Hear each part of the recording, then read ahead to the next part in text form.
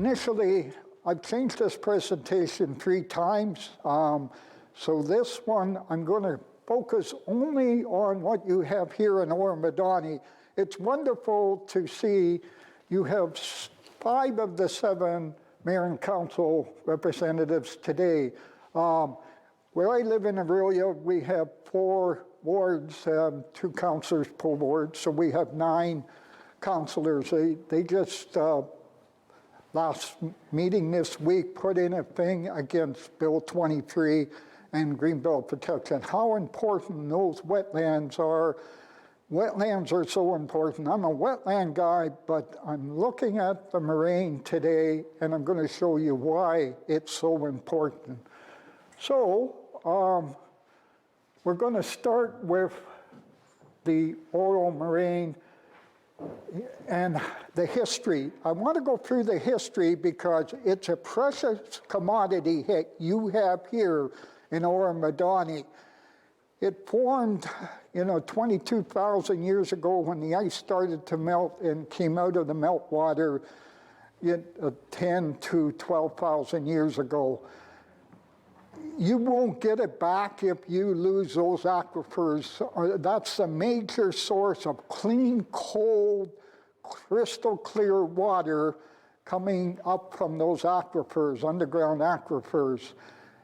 Water sustains all life. You lose that water, you're going to lose all the life. The great biodiversity you have here in Oro Moraine. So it all hinges on the Oro Moraine. So again, it emerged from the meltwaters of early Lake Algonquin 11,500 years ago, just before the Kirkfield outlet. I'm going to quickly go through how that worked, because you can see when you drive across the moraine, you can see those shoreline benches of those glacier lakes. When I came this morning, I do that every time. You can see them well on the 3rd and the 12th, really shoreline benches. You go up as the lake receded. So it's a feature that's here, but if we lose it, it will not come back. So it's approximately 21 kilometers long and 6 kilometers wide and 141 square kilometers. Extends from Scout Valley in the city of Aurelia at the north, right down to the old second line. It just gets into spring water, but 96% of the moraine is here in Oro Moraine Township. So that's why it's so important for Oro Moraine to protect that.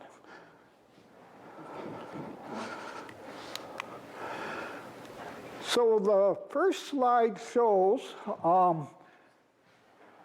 what I did was I took one of the reports and I made the concession. So you can see the numbers there. I get to know Oro Moraine by the line numbers.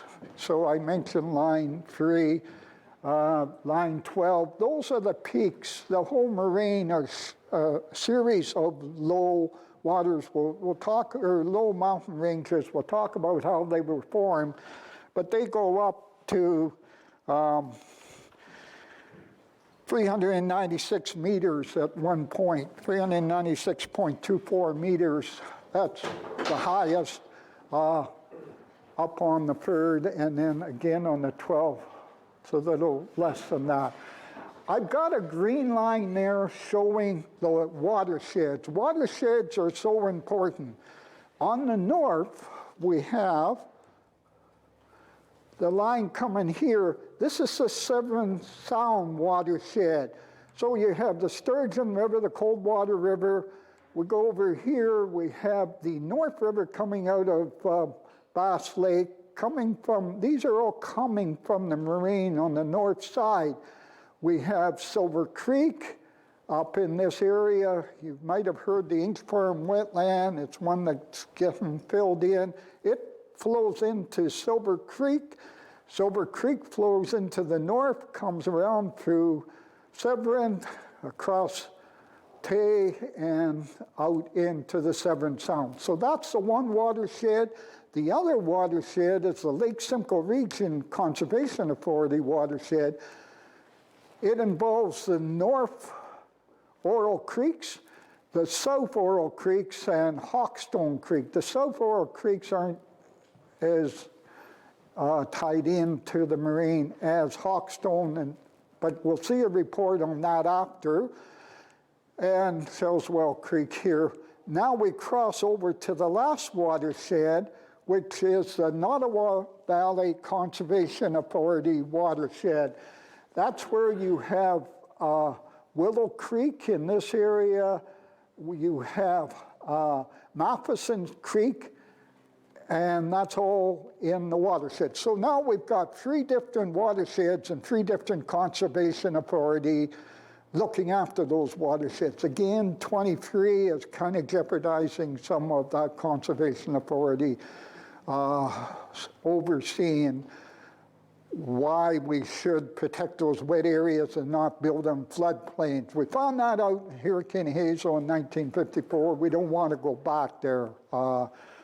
Okay, so I'm going to, now we know there's 3 watersheds in the Oro Moraine. I'm going to give you some of the history of how it was formed. It's the prominent landform extending right, we said, from Scout Valley right down to the Old Second. And most of it, or practically all of it, is in the Oro Moraine Township. Some of it's in the city of Aurelia and some in Springwater. So it's 21 kilometers long, 6 kilometers wide, and it covers 141 square kilometers.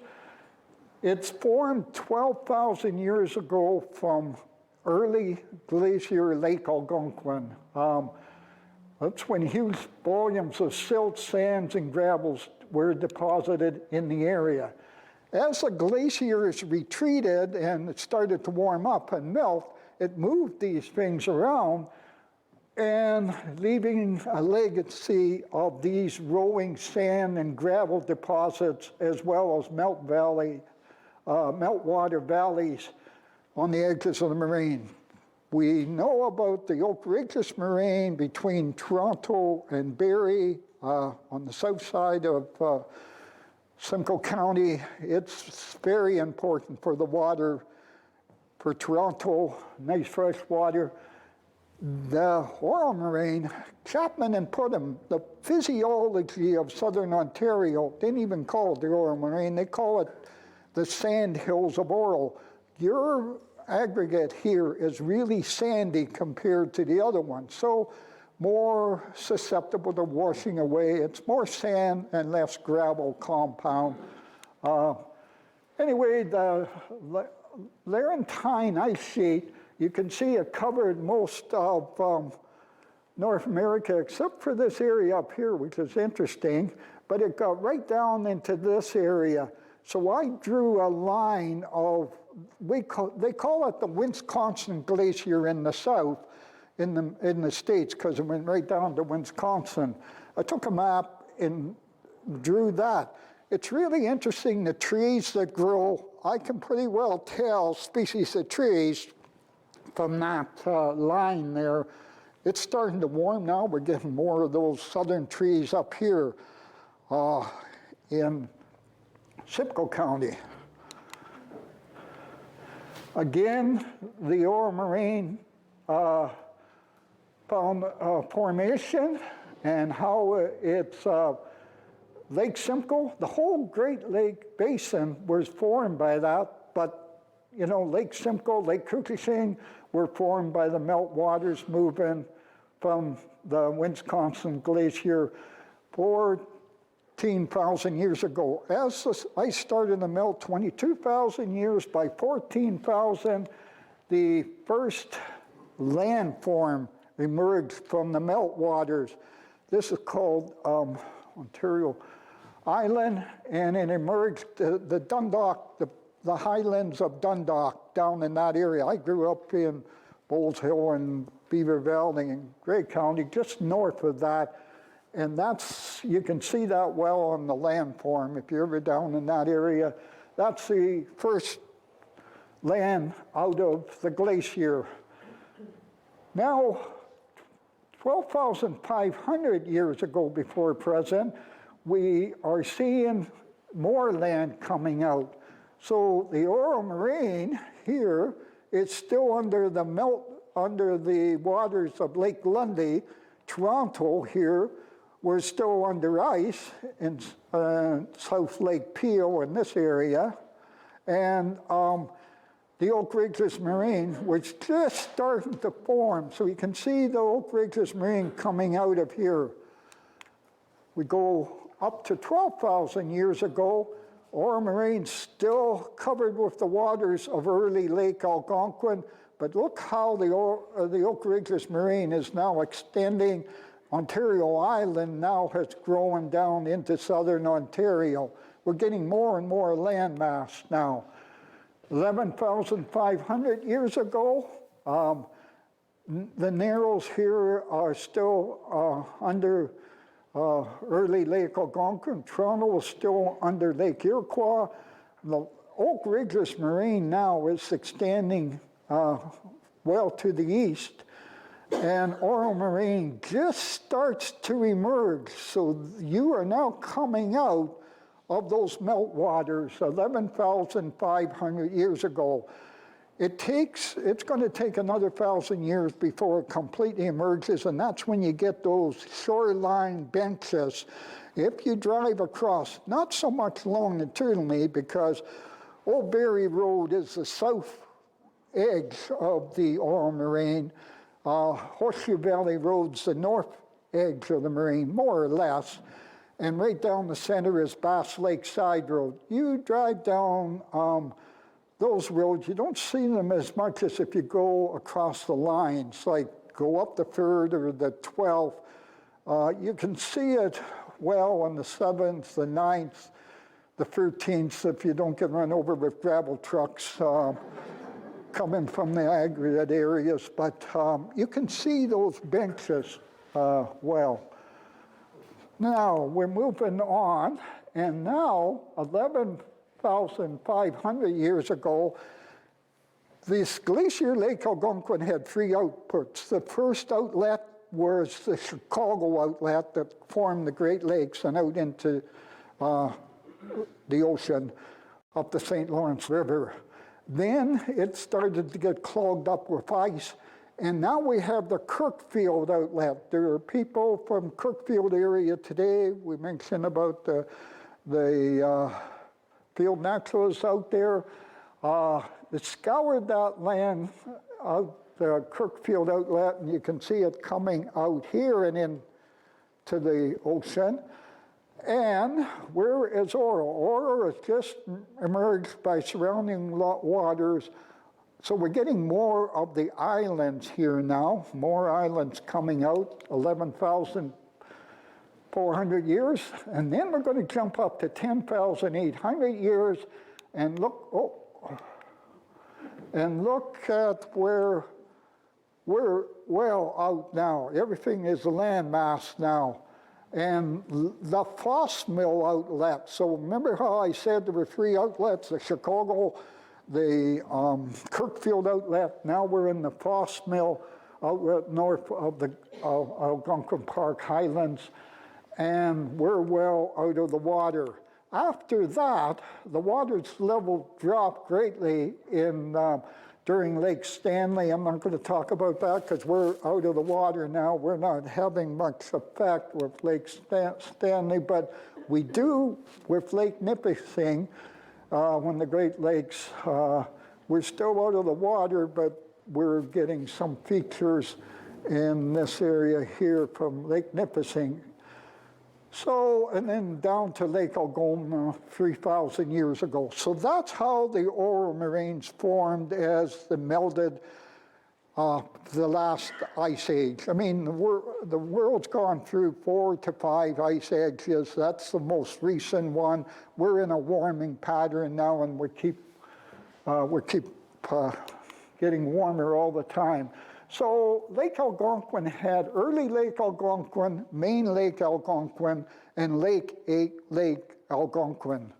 And each one of those phases is here in this area, but we can see Oro Moraine and how it come out of that. Again, just how that was when we were first under ice 13,000 years ago, underwater 12,500, then land mass 11,800. All that glacier till deposit got moved around, and it's important to understand what's underneath your ground. Clay, there are several clay areas. They kind of confine the aquifers. The aquifers are buried in the ground, and under clay, there's a blockage. This sand and gravel is more pervious, so we're getting more recharge, more discharge from the aquifers in that. So there is a map showing the different deposits of clay and how we're mainly sand in this area. I wanted to, I did a show on the Oro Moraine for Rogers TV, and then for my students, we keep talking about, drumlins and eskers and cams and all that. We are here in Oro Moraine. It's a terminal moraine. It's an interlobial moraine. Two lobes of ice came together. The Georgian Bay and the Simcoe lobes came together. Oak Ridges Moraine is an interlobial moraine as well, with the Simcoe lobe and the Toronto lobe coming together and forming these moraines. Just some of the features as water recedes. So drumlins, we have drumlin fields to the north. Certainly if you go over the Apperley Narrows and start to go into Ramiro, you'll start seeing drumlin. Round hills, with tails on them showing the direction of the move, very smooth and glossy. So these are drumlin, and you usually get a swarm of them in a drumlin field. This is an esker. It looks like a snaky ridge where water has percolated through the ice and come underneath in streams and form rivers. And then these are cams where water has come down through the glacier block. I mean, this glacier block was 1.6 kilometers thick in this area. Over Quebec, it was 2 kilometers thick, a block of ice. So just some of the features I've drawn out to just show you the glacier features. Now that's the formation of the moraine. It took a long time to form. It's on the land now. It's still in great shape, but it's susceptible to disturbance because we have to watch the recharge of those aquifers underground. And that can be impacted on by housing development and aggregate operations. Very sensitive to that. Let's go through the history because it's really important to know the Aboriginal history in this area, and you have a lot of sites in this area of native people, early settlements. So 12,000 years ago, the Paleo-Indians lived in the spruce woodlands in southwestern Ontario. Mastodons and mammoths were still roaming around at that time. They went extinct shortly after this, and they were using stone,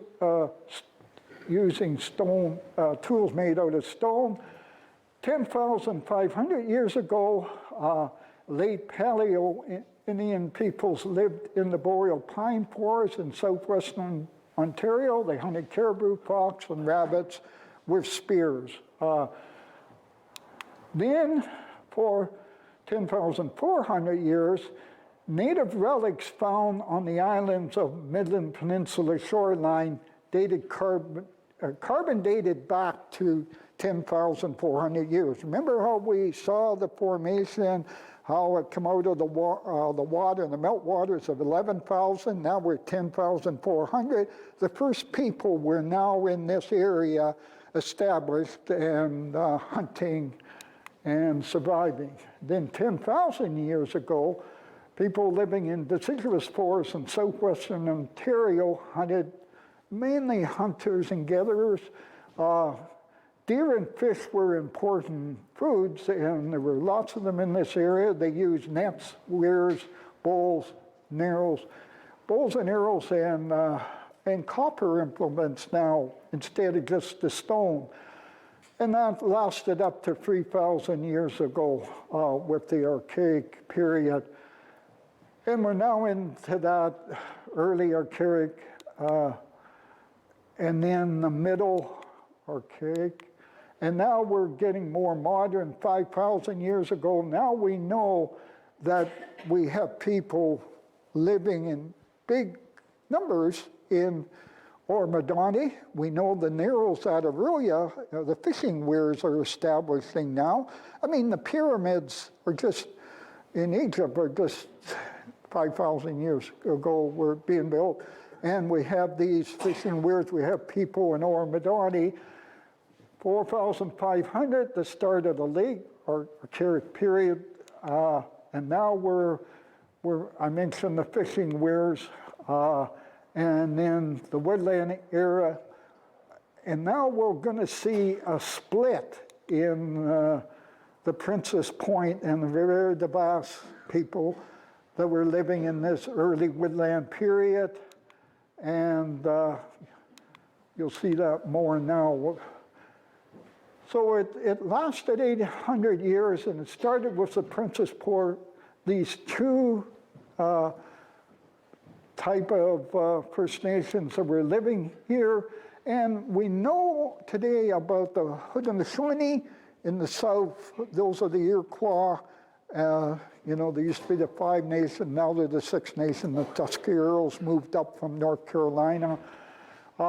So we have the Haudenosaunee in the south, and how they established, and the corn, beans, the squash, the Three Sisters Garden, which I planted many in around Aurelia, and we have them out at the Robert L. Bowles Nature Center, and just showing how there's a story that goes, an Anishinaabe story that goes behind that. So then we have the Anishinaabe in the north and the Haudenosaunee in the south in this area. But you had a wonderful tribe here called the French called them the Huron, but they were the Wendat, and they had the Three Sisters Garden. Very successful hunters and fishers. The corn, the maize, they would trade. They would go all the way up to the other side of Quebec. Very not warrior type people, very friendly. And we know that when the French started to come with at 1497, the first Jean Cabot, and then we want to get up to 1500, and then the first settlement. Ethan Buell was actually the first white person, but even before Champlain. He came over from Champlain, with Champlain in 1609, and came into this area, but Champlain by 1615 come down the river, up the Ottawa River, down the French River, into Georgian Bay, and into this area at Midland and St. Marie among the Hurons area in 1615. From there on, we have good journals of who was here. We know the Haudenosaunee in the south, the Anishinaabe in the north. We have the Petun and the Neutral over by Collingwood and to the west, and then I'm really impressed with the Hurons and how advanced they were with their living system. And they were living in these areas right here. Unfortunately, because of the fur trade, the Haudenosaunee in the south, especially the Iroquois, came up and raided and actually attacked all the Petun, the neutral, but also wiped out the Hurons in this area and made them scatter. Some went back to Montreal, some went to the States. And by 1690, the Anishinaabe, the Chippewas, and the Ojibwe, or Chippewa, Ojibwe, or the Cree, from the north started to come down into this area. So that's some of the history. You have a lot of native settlements here. So we now know we've got the formation of the Oro Moraine and how early people were here. And now we're starting to look at the studies of the Oro Moraine. You have wonderful forest cover here. We're lucky. We had, when by 1850, the Europeans were here. They wanted those ship masts, they wanted those big eastern white pines cut down, shipped back to England, France. They kept clearing the land for development. So from 1815 to 1920, all trees were just cut. Fortunately, 1921, 1922, they started to realize it was a desert and they started Simcoe County Forest. And there's a lot of Simcoe County forests. So if you start looking at the moraine here, you can see all the forest connection. These are wildlife corridors here. There's one going up here, one down here, one up this way.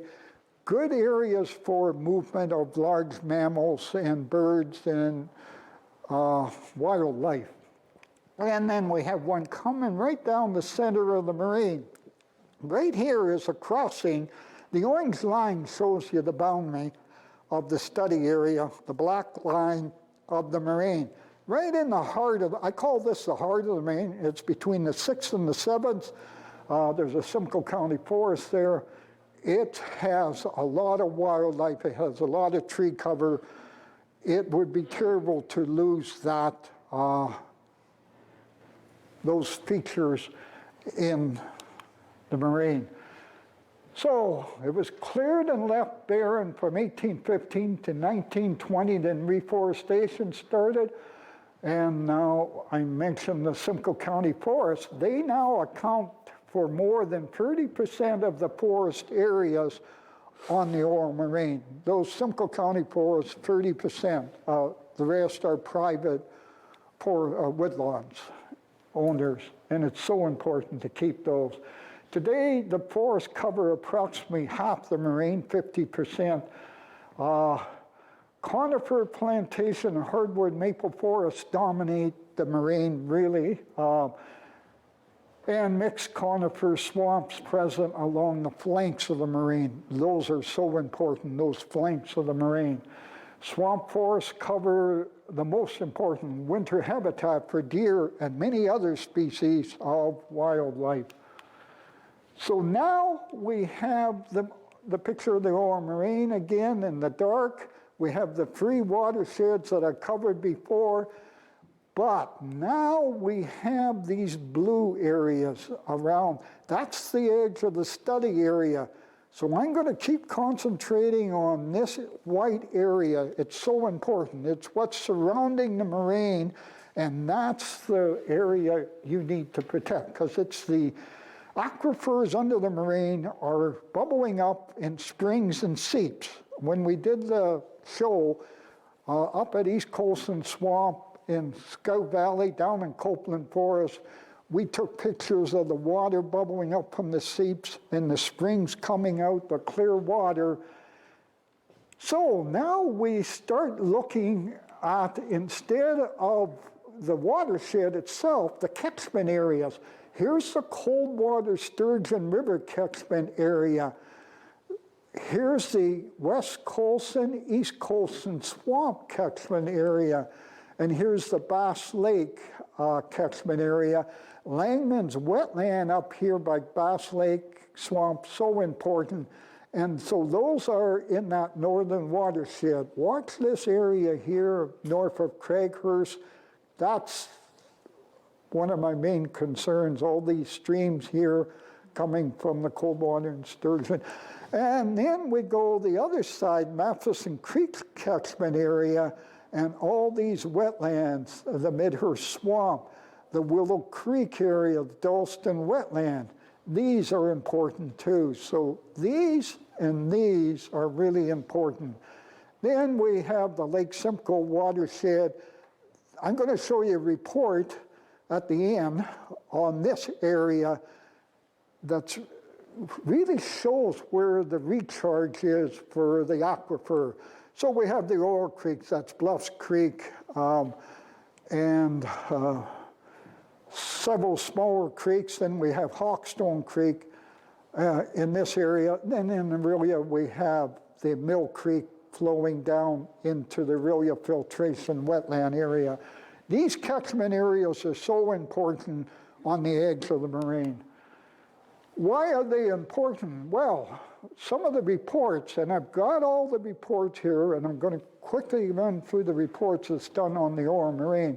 I mean, I've been working on this now for a couple of years. I didn't realize that, you know, when I started doing mushrooms 40 years ago, I kept coming into this area because that's where I was finding mushrooms, Copeland Forest, Sugar Bush area, Scout Valley. That's because the biodiversity is greater here.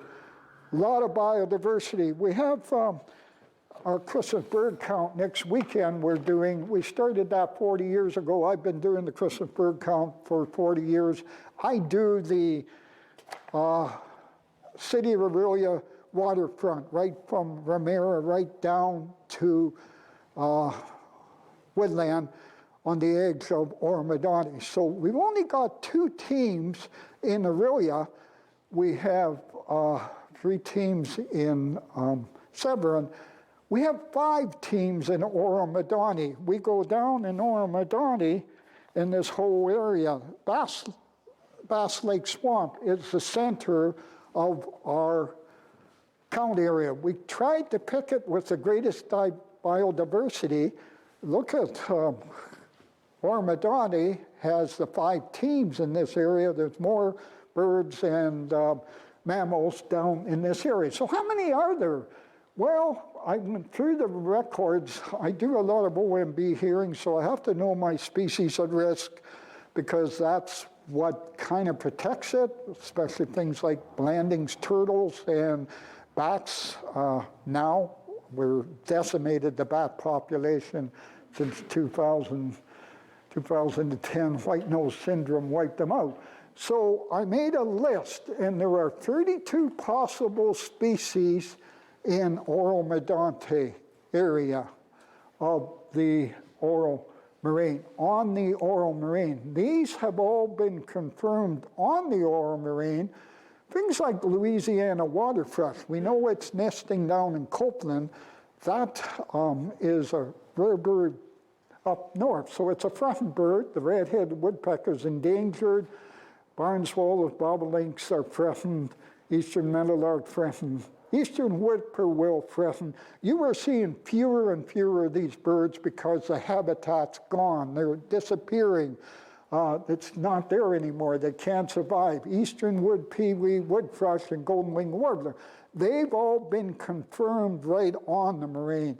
These bank swallows, cerulean warbler, chimney swift, Canada warbler, again, threatened species, special concern, common nighthawk, bald eagle, hooded warbler, all-sided flycatcher, short-eared owl, special concern are appearing in this area. We'll go over to American ginseng. It's endangered. Black ash is now endangered, and butternut's endangered.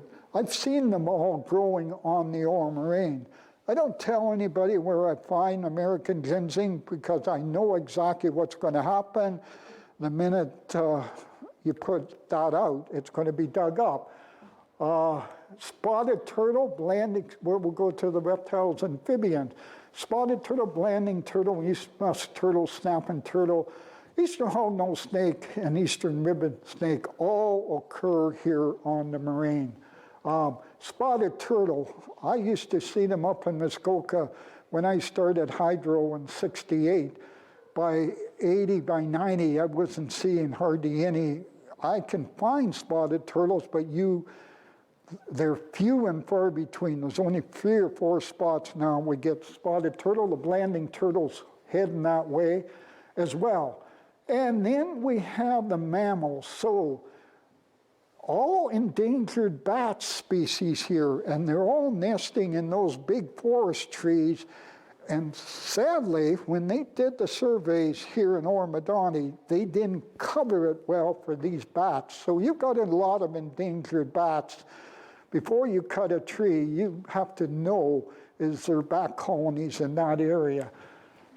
Okay, so that's my list. Now, I went to some reports. So this is one of the reports on the recent development for the Craighurst Horseshoe Valley, and they say, we reviewed all the Natural Heritage Information Center, NHICs in Peterborough, they're the ones we send all the records into, and species at risk screening provided by Ministry of Natural Resources. Ministry of Natural Resources have been doing a wonderful job on species at risk in wetlands. Bill 23 is going to take them right out of the picture. The M&R won't be involved anymore, but we're going, there are 21 species they're saying within the study area. And I looked at the list and I said 20 species since milk snake has been downgraded. The milk snake was a special concern, but lately we've been finding more and more milk snakes, so we've taken the eastern milk snake off the list. So they had 20, and they said table 5, so I put table 5 down there with 20 compared to my 32. So this is some of the stuff they're looking for, but even at 20, that's a lot of species of risk that need to be protected. I mean, I made that small print, it's hard to read, but it's the same ones as up here. I mean, I can go quickly through it, but you know, these are all in the area. I also looked at the Eagle's Nest report. They had only 4 or 5 species. Kyle did that, but I'll talk about that report later.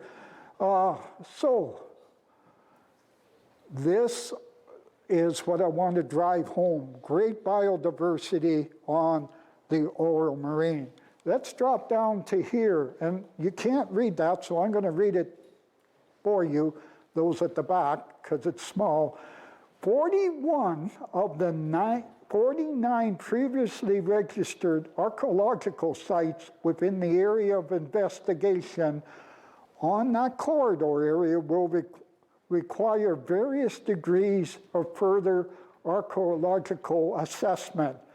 All 46 unconfirmed archaeological sites require, at the minimum, stage 2 archaeological assessments to confirm their location, and all 43 unregistered Huron-Wendat village sites will require stage 2, stage 3 archaeological assessment to confirm their location, their extents, and stage 4 mitigation and development impacts, either through protection and avoidance of excavating them. That's a lot of native sites, and nothing's really been done to follow up to really define where they are. 49, and then 46 unconfirmed, and then the 43 stage 3. A lot of sites before you start tearing up the landscape to put down sewer pipes and wastewater pipes. You really should know where those places are. So I'm going to leave this slide, but species at risk, you've got a high number archaeological area. We know that the Wendat, the people were living here a long time, and there's a lot of sites here that once they got driven out, so a lot of those sites have to be identified before you do a lot more work. So let's go now. I've covered the species of risk and the native sites. I want to go to population. So the Greater Golden Horseshoe Growth Plan estimates a residential population for Oro Moraine at 27,000 people by 2031. So what's in Oro Moraine right now? How many people? That's where I started to look at, and the majority of the growth occurring in that corridor, that Horseshoe Valley Craighurst settlement corridor. So the Oro Moraine population back in 2011 was 20,078 people. 2016, I got figures for 21,000, just over 21,000. And by 2021 was 23,009, almost 24,000.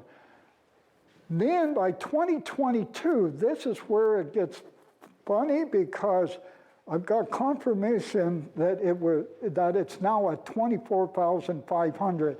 I have things on the internet saying 21,239. We know you're growing quickly. I'm sure 24,500 is on the low side, but it's what they're having right now. So if we need 27 people by 2031, that's less than 2,500 people over the present population. So why the big push for all this development when you're probably, of that 2,500, you're short. I see houses going up every day when I drive down Horseshoe Valley Road. I'm sure those, by next year, will be down to half that or even more. I went to their report, the existing Horseshoe Valley residents, including the seasonal 2012, 1,240 units, or approximately 2,717 people. 94 of those lots are still on septic, for a total of 4,744 units, or 10,367 people, including seasonal population. So that's what they're looking at. So that would be approximation of 4 times the existing. If we look at Craighurst right now, it has 94 units. These are usually just single dwelling units, or 286 people. I got these from the development report from last year. That might be a little higher now. And it's to be developed to 794 units, or 1,822 people in Craighurst. That's 7 times the population of Craighurst as it is today. So you're going to expand Craighurst 7 times over. That's my population figures. Now we're going to the different plans. So this is the Horseshoe Craighurst Corridor Water, Wastewater, and Transportation Master Plan that came out. And most of my next slides are taken from that. So they're wanting to put a development, a place to grow from Craighurst up to Horseshoe Valley. And the report says alternate solutions include to limit growth, do nothing, implement water use and wastewater reduction measurements, or expand and enhance existing stations. You know, you've got a water problem supply already here in this area for your population at Horseshoe and all that. You have a problem meeting the wastewater as well. So you need to have some changes. So either you limit growth, you do nothing. I don't think do nothing is a good solution because you're already overburdened on that. But to put in and expand and enhance a system, I don't think is a good way to go, because I'm going to show you why, because you're on the moraine in the next couple of slides. So for water systems, they've got 4 suggestions from Craighurst to interconnect with Zone 1 and 2. I'm not going to go into these detailed reports because they're all in the report, and you can print them out with the maps and the proposal. I did pull a couple out to show you. So you have the water supplies, 4 suggestions here. And then this is the one that really bothers me, the wastewater, what you're doing with the wastewater for all these new homes. And if you look at what's happening here, we have the Craighurst development. I mean, that's happening now. The bulldozers are in here and working away there. This is that wet area that I was telling you about, the wetland. Here's the Horseshoe Valley corridor here. So they've got a couple of proposals, but one is to connect this wastewater, bring it down here to treatment, down to the 6th line, and right down the 6th line, and either dump it here in Coldwater Creek or take it right up to the Coldwater River and dump it in there. So let's just look at that. A new 6.5 long force main and pumping station from Craighurst to the new Horseshoe Valley wastewater protection plant along County Road 22. That's this one there. And then a new 10 kilometer long pumping station and force main discharge out to the Coldwater Rivers. That's this one here, either to there or there. So we're talking, you're going to take that 18 kilometers, this force main outfall sewer route now from the new Horseshoe Valley outfall will be located within the road right-of-way. The road right-of-way passes through woodlands and several unevaluated wetlands. Horseshoe Valley right-of-way has no significant wildlife habitat species. They say that, but when you read the report, they didn't look at a lot of these. So these ones here are highlighted at the bottom because these are probably the ones that's going to go, the Cadillacs. But you're taking that, and we don't know where these archaeological areas are, these native villages. We're going right up to the 6th line and down into Coldwater, and we're tearing up within the road right away, yeah, but we're tearing up all that area, not knowing where those important recharges are for the aquifers. So that kind of really bothers me in fact. Now I'm going to show you why it bothers me. And I'm summing up here, so I'm going to show you why it bothers me the most. So here's the Oro Moraine, or the Oro Moraine here in red, and the study areas here. This is an ESMF report, but it shows these black areas. See these black areas? These are aquifer recharge areas. So we have under the moraine these aquifers. They're in 3 different levels. Some are higher, some are mid-level, some are quite deep into the aquifer. They're showing us body of waters. They're not really water, and they're soil that's really surrounded by water. So they're really damp, cold areas there.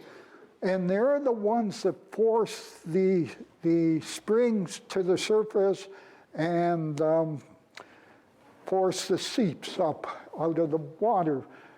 All these black areas here, look at in that area there where we're talking about, and this Matheson Creek area, in this area here, there's a report on that. Makes me feel better. I know exactly where the... So we've got them discharging waters into those black areas. You've got the aquifer under the ground that needs to be recharged somehow. I mean, it formed years ago. It's getting water as it seeps down through and gets recharged unless you've got a clay impervious soil. And it usually finds maybe some other area and we'll get back in there. But this recharge rate is really slow. Sometimes it takes years before it gets filled up again. Sometimes it's very quick.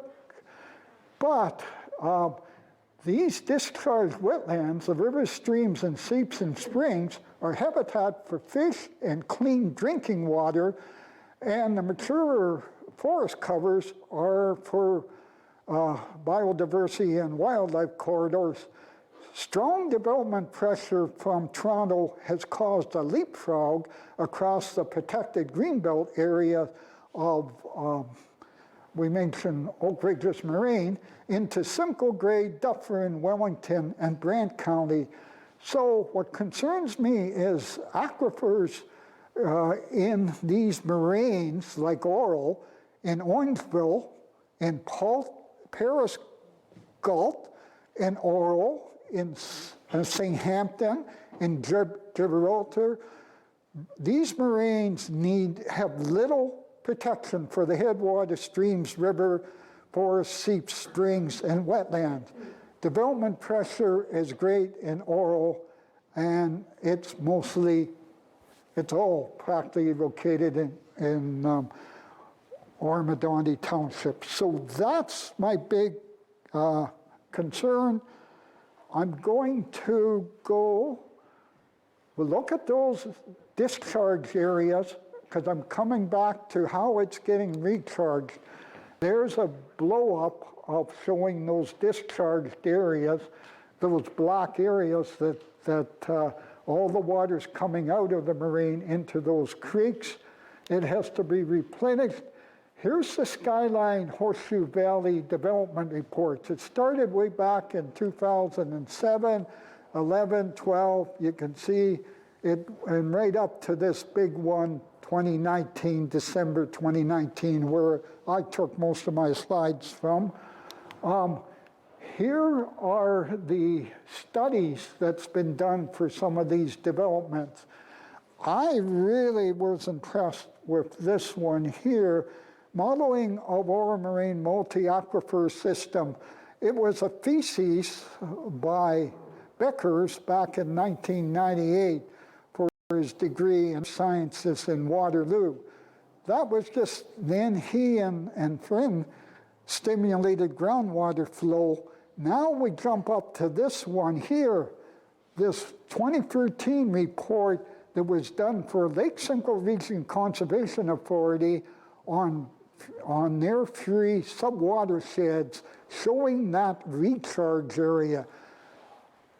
They are using reverse tracking to identify ecologically significant recharge areas from the moraine by using cluster analysis. They're looking at what's washing out of the moraine.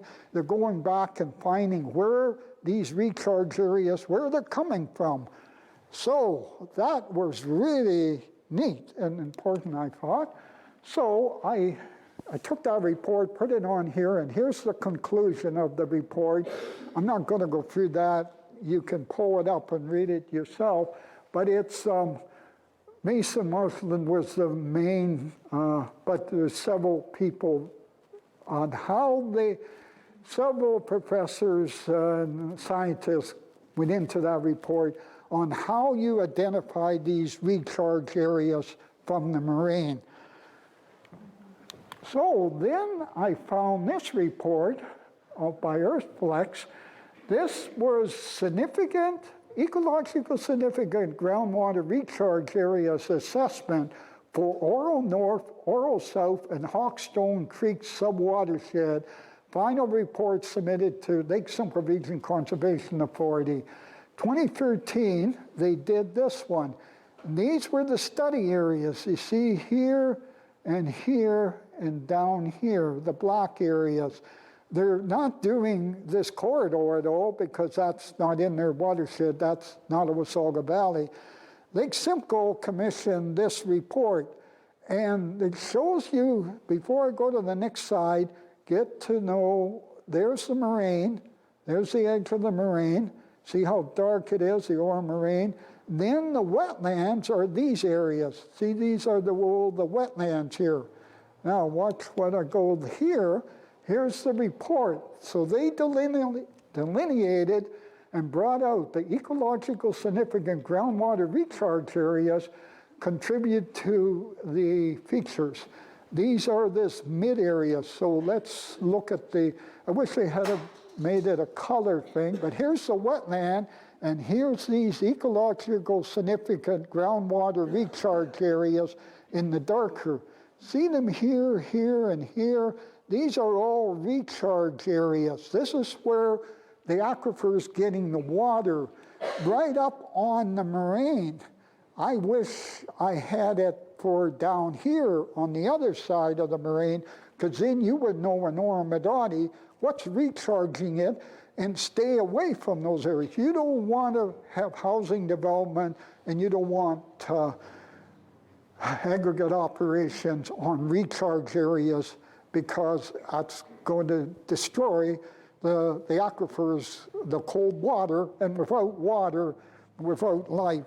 I wanted to show you how precious that Oro Moraine is in Oro Moraine, what it gives you, all those features, the biodiversity, the forest cover, all the archaeological First Nation sites, those need to be protected and identified before you start tearing up for development. And do you really need that development? What says that we have to have, even when they say the 31,000, you could easily reach that, but it's just going to keep, for government will keep pushing. You heard what Mike Schreiner said with the wetlands and all that.